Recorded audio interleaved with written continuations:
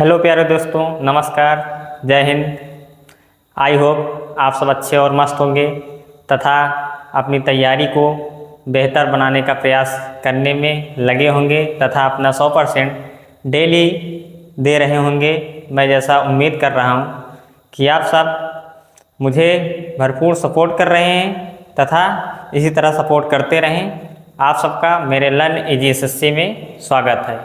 आइए भाइयों, मैं क्वालिटी के कुछ इम्पॉर्टेंट फैक्ट पर चर्चा कर दूं जो एग्जामों में अधिकतर पूछा गया है तथा आप बोल सकते हैं एपेट का PYQ है जो 2021, 22 तथा 23 में पूछा गया है। ठीक, आइए आपका ज़्यादा टाइम ना लेते हुए देखिए, मैं यहाँ लिखा हूँ UPSSC पेट मोस्ट इम्पॉर्टेंट PYQ क्वालिटी। इसमें जितना क्वेश्चन मैं कराऊंगा वो क्वालिटी का होगा। ठीक, तो आइए देख लीजिए, ये PYQ है, इससे बाहर नहीं जाएगा। तथा मैं जितना अभी क्वालिटी के 8-10 वीडियो बनाया हूँ लगभग उसी में से जितने मेरे सारे क्वेश्चन हैं पेट में दिखाई दे रहे हैं तथा बन जा रहे हैं। 1-2 क्वेश्चन की बात नहीं करूँगा, वो कोई भी प्लेटफॉर्म उसकी जिम्मेदारी नहीं ले सकता, क्योंकि 1-2 प्लेटफॉर्म 1-2 क्वेश्चन जो रहता हो आउट ऑफ सिलेबस या बोल सकते हैं या कहीं से भी उठा कर दे सकता है, जैसे वो हिस्ट्री का पॉइंट हो जाता है। आइए मेरे दोस्तों, आपका ज़्यादा टाइम ना लेते हुए देखिए, पहला फैक्ट है भारत के संघ कार्यकारिणी में कौन शामिल नहीं होता। वहाँ ऑप्शन दिया था राष्ट्रपति, प्रधानमंत्री तथा मुख्यमंत्री तथा इनमें से कोई नहीं। तो अगर आप होते तो उसमें क्या मारते ऑप्शन, बताइए, कमेंट में जरूर बताइएगा। इसका सही उत्तर होगा मुख्यमंत्री। ठीक, मुख्यमंत्री नहीं शामिल होता है।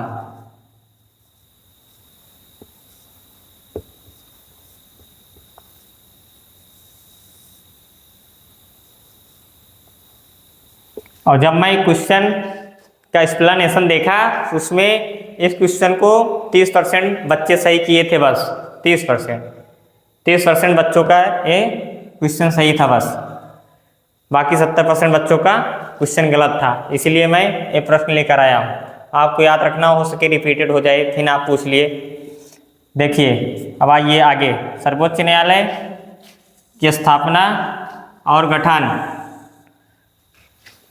सर्वोच्च न्यायालय के गठन का प्रावधान कौन करता है तथा स्थापना कौन से आर्टिकल में मिलती है। इसमें 2 क्वेश्चन बनेगा, स्थापना तथा गठन, दोनों का मतलब एक ही होता है, लेकिन मैं 2 क्वेश्चन बना रहा हूँ कि किस, जैसे पूछ सकता है किस आर्टिकल में है। ठीक, तथा ये भी पूछ सकता है कि गठन कौन करता है। तो गठन सांसद करती है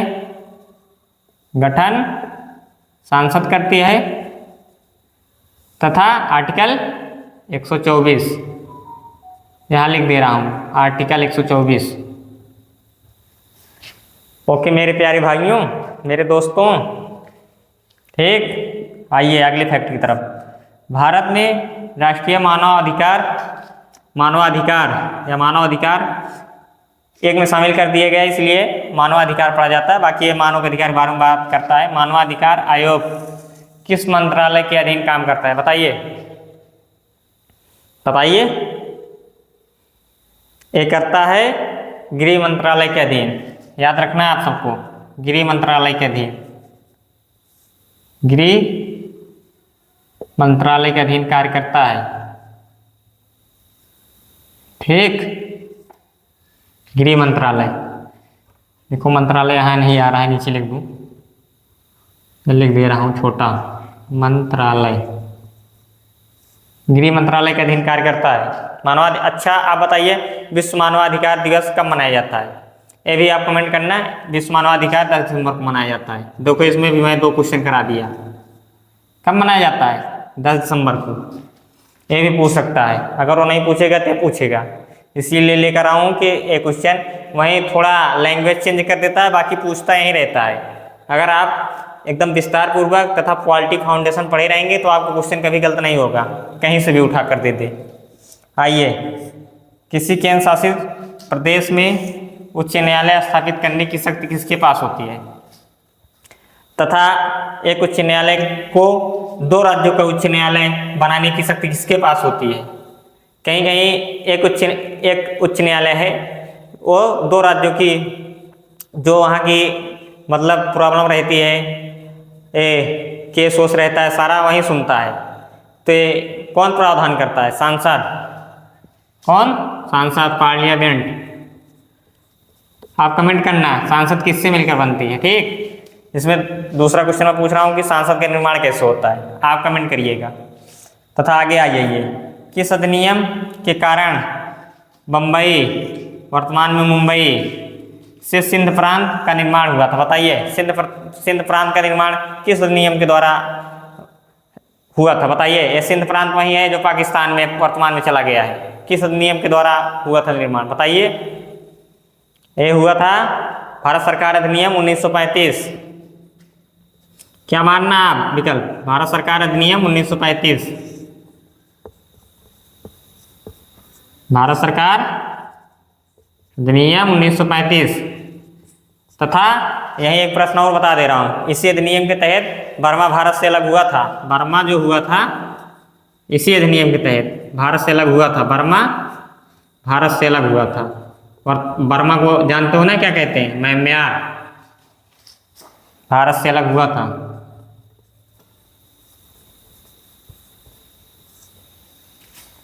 आइए अगले फैक्ट की तरफ। अनुच्छेद 245। अनुच्छेद क्या पूछ रहा है? देखो यहाँ लिख दिया है, अनुच्छेद 245 के अनुसार संसद का कार्य है। बताओ, उसमें विकल्प में दिया था कि संसद अनुच्छेद 245 के अनुसार टैक्स ग्रहण करता है, कि जैसे कानून को रद्द करता है, कि कानून बनाता है, तथा इनमें से कोई नहीं। तो कानून का निर्माण करता है। आप विकल्प मारेंगे क्या? अनुच्छेद 245 के अनुसार संसद कानून का निर्माण करती है। कानून का निर्माण।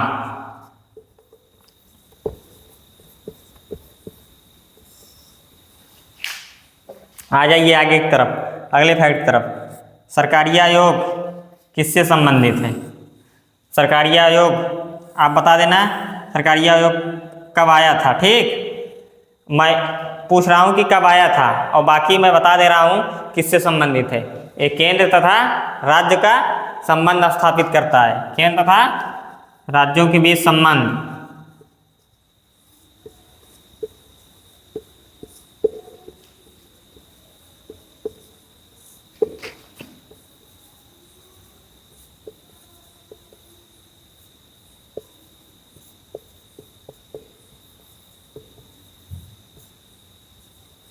ठीक, मेरे मित्रगण, मेरे भाई, बाबू, सोना, ठीक। देखिए आ जाइए आगे की तरफ। संसद प्रणाली में कार्यपालिका किसके प्रति उत्तरदायी होती है? बताइए। उसमें दिया था विधायिका तथा न्यायपालिका, तथा दोनों, तथा इनमें से कोई नहीं। तो आप विकल्प क्या मारेंगे? इसको भी लगभग 18% बच्चे सही किए थे, बस 18%। कितने परसेंट? कितने परसेंट भाई? बता दो भाई। 18% बच्चे सही किए थे, बाकी 82% बच्चे गलत किए थे। बताओ कितना इंपॉर्टेंट क्वेश्चन है। उसमें दोनों दे दिया था उठा के, न्यायपालिका, विधायिका, कि इन दोनों के द्वारा, कि इनमें से कोई नहीं। तो आपको मानना है विधायिका, ठीक। विधायिका की उत्तरदायी होती है।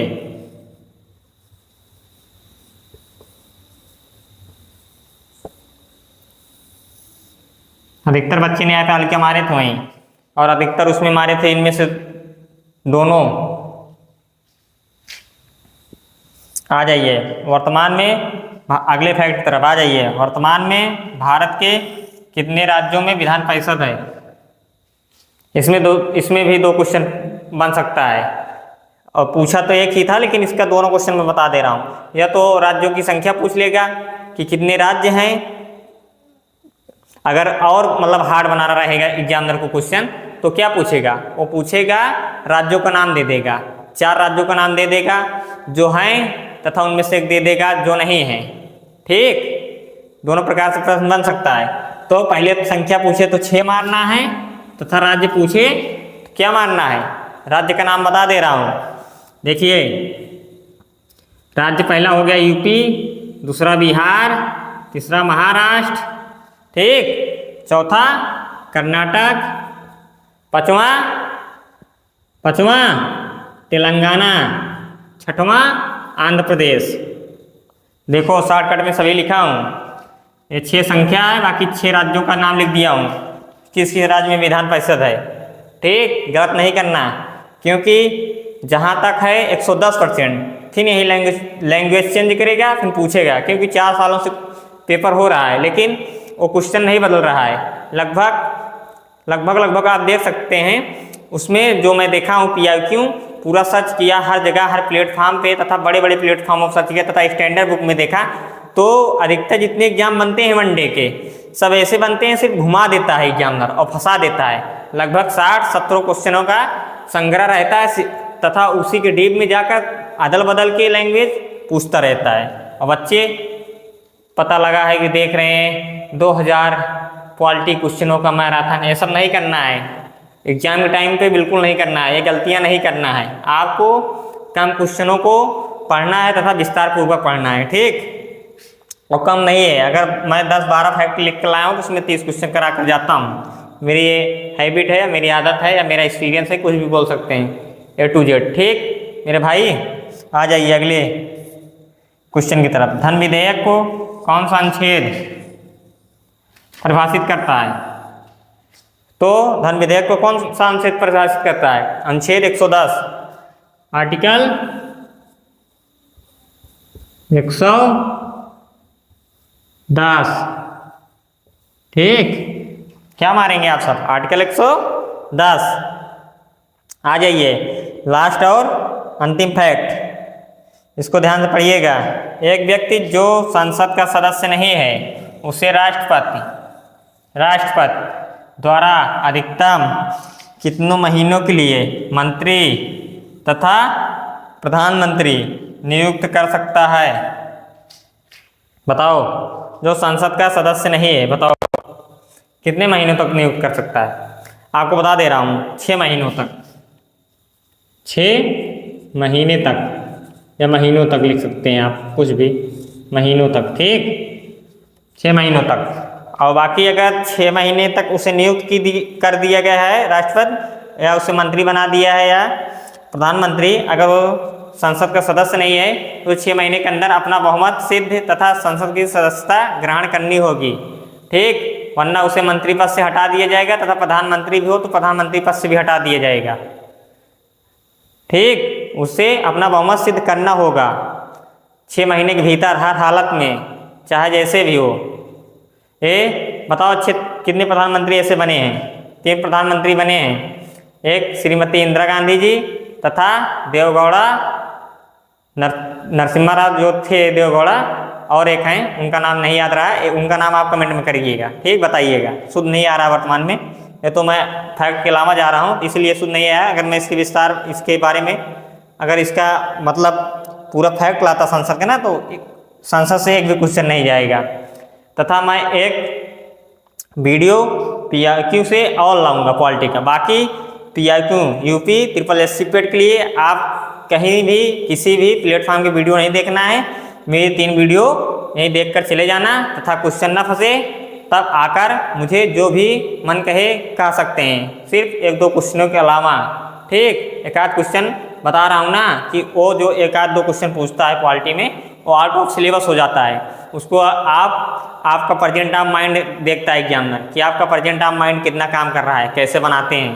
ठीक, बाकी जितना मैं करा दूंगा, 2 वीडियो करा दिया हूँ। जो भी मेरी पिछली पेड की वीडियो नहीं देखे हैं, जो मैं वहाँ लाया था, 30-40 क्वेश्चन कराया था, यही 10-12 फैक्ट लिखकर उसमें 30-40 क्वेश्चन कराया था, उसको जरूर देखें, तथा इस वीडियो को जरूर देखें, तथा ज़्यादा से ज़्यादा शेयर करें, जिससे बच्चे GK GS में गलत ना करें। तथा अगली वीडियो मैं कल फिर लेकर आऊँगा PIQ के आधार पर, तथा मैं पॉलिटी जो क्रम वाइज पढ़ा रहा हूँ विस्तार पूर्वक, वो पढ़ाता रहूँगा। तथा मैं बीच में हिस्ट्री का भी PIQ लेकर आऊँगा, तथा अर्थव्यवस्था तथा जियोग्राफी जो पेट में पूछा गया है, तथा लेकर आऊँगा और उस प्रश्नों के बारे में और विस्तार पूर्वक बताऊँगा।